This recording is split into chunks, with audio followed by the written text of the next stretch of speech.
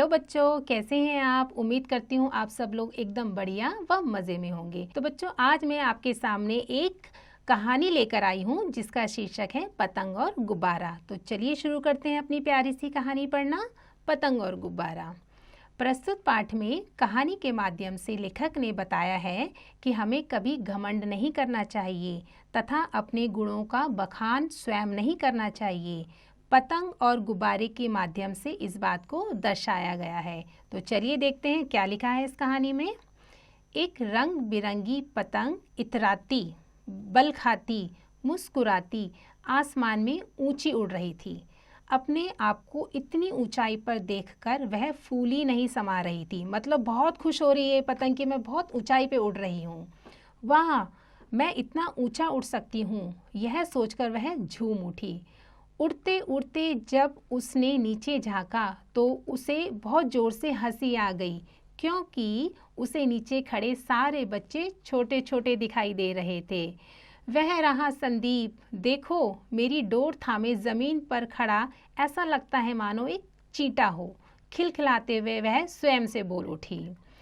तभी उसे एक आवाज़ सुनाई पड़ी, अरे तुम अपनी ऊंचाई देखकर इतनी खुश क्यों हो? जानती हो, चींटा कहकर तुम जिसकी खिल्ली उड़ा रही हो, मतलब जिसका मजाक उड़ा रही हो, उसी के हाथ में तुम्हारी डोर है। पतंग ने पलटकर देखा। गैस से भरा एक गोल मटोल गुब्बारा उड़ते उड़ते उसके पास आ गया था। उसके धागे का दूसरा सिरा गुब्बारे वाले या किसी बच्चे के हाथ से छूट गया था। धागा नीचे लटका हुआ हवा में झूल रहा था। पतंग हंसते हंसते बोली, ओ गुब्बारे, पहले तुम अपनी कटी हुई पूंछ को देख लो। पूंछ यानी नीचे लटकता हुआ धागा। हा हा हा हा, हवा में ऐसे झूल रहा है जैसे बेपंदे का लोटा हो। हा हा हा हा।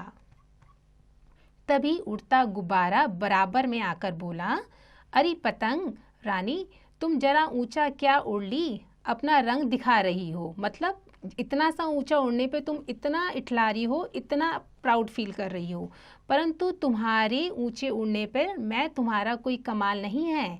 कमाल तो है तुम्हारी पूंछ यानी डोर का, जिससे तुम बंधी हो और जिसके सहारे तुम उड़ रही हो। मुझे तुम्हारी तरह किसी सहारे की ज़रूरत नहीं है। भले ही मेरी पूंछ कटी हो, पर उड़ तो मैं अपने आप रहा हूँ ना। हा हा हा हा हा। गुब्बारे की बात सुनकर पतंग आग बबूला होकर बोली, जिसे तुम मेरी पूंछ कह रहे हो वह धागा है जिसे मांझा कहते हैं। पता भी है मांझा कैसे बनता है?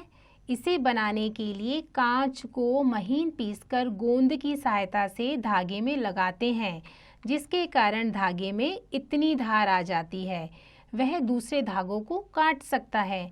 मेरा मांझा इतनी धार वाला है कि कोई डोर मेरे आगे टिक नहीं सकती। मैं तुम्हारी डोर भी काट सकती हूँ। हा हा हा। क्या तुम नहीं जानती कि किसी धागे को काटने के लिए दोनों धागों को तना हुआ होना चाहिए, मेरे धागे की तरह लटका हुआ नहीं। मतलब दोनों आपस में बात कर रहे हैं, वो अपनी चला रहा है, वो अपनी चला रहा है। मेरी पूंछ कटी ही सही, पर तुम उसका बाल भी बांका नहीं कर पाओगी, क्योंकि वह तो हवा में झूल रही है। गुब्बारे ने हंसकर अपना मुंह खोला। पतंग चिढ़कर बोली। अब पतंग को गुस्सा आ गया, वो चिड़चिड़ा के बोली, तुम्हें भी ज़्यादा डींग मारने की ज़रूरत नहीं है। जब तुम्हारी हवा निकल जाएगी तो तुम भी भीगी बिल्ली बन जाओगे। गुब्बारा हंसकर बोला, बहन हम दोनों ही हवा पर निर्भर है। मतलब तुम्हें भी हवा की ज़रूरत है और मुझे भी हवा की ज़रूरत है। अंतर सिर्फ इतना है कि मेरे भीतर भरी गैस चारों ओर की हवा से हल्की है, इसलिए मैं हवा में वैसे ही तैर रहा हूँ जैसे पानी से हल्की चीज़ पानी पर तैरने लगती है। लेकिन तुम्हारे उड़ने के लिए भी हवा ही तुम्हारी मदद करती है। मतलब कि हवा ही हम दोनों को चाहिए उड़ने के लिए। पतंग अभी भी हार मानने के लिए तैयार नहीं थी। वह बोली, मैं कैसे विश्वास करूं कि मुझे हवा उड़ाती है? पतंग तो सोच रही है कि मैं तो भाई खुद ही उड़ती हूँ। मुझे तो वह डोर उड़ाती है जिसके सहारे मैं बंधी हूँ। उसका दूसरा सिरा तो नीचे खड़े संदीप के हाथ में है, जो झटके दे देकर मुझे उड़ा रहा है। गुब्बारा मुस्कुराता हुआ बोला, पर क्या तुम्हें पता है कि संदीप के झटके देने पर क्या होता है? हवा में हल्के और भारी दबाव के दो क्षेत्र बन जाते हैं, जिसके कारण तुम्हें उड़ान लेने में मदद मिलती है। मतलब कि वो पूरा बता रहा है कि तुम कैसे कैसे किस किस की मदद से तुम ऊंचा उड़ सकती हो। यह सुनकर पतंग सोच में पड़ गई। मतलब हाँ, कि कुछ बात में कुछ पॉइंट तो है, वो सोच में पड़ गई। गुब्बारा फिर से बोला, और जहाँ तक डोर का सवाल है, हम दोनों ही डोर से बंधे हैं।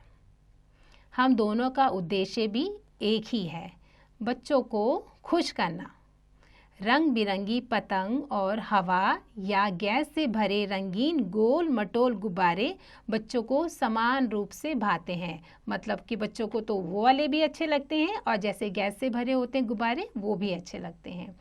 पतंग बोली, हाँ गुब्बारे भाई, तुम बिल्कुल ठीक कह रहे हो। मुझे समझ में आ गया है कि मैं गलत थी। फिर दोनों खुश होकर आसमान में उड़ने लगे और हंस हंस कर बातें करने लगे।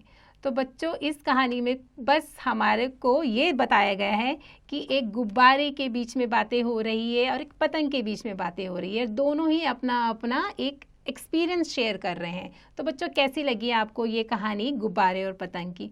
मुझे तो बहुत अच्छी लगी। उम्मीद करती हूँ आपको भी अच्छी लगी होगी। और इसी तरीके से कहानी लिखने का, सुनने का, पढ़ने का आप निरंतर अभ्यास करते रहें, और इसके अभ्यास कार्य भी आप स्वयं से करें।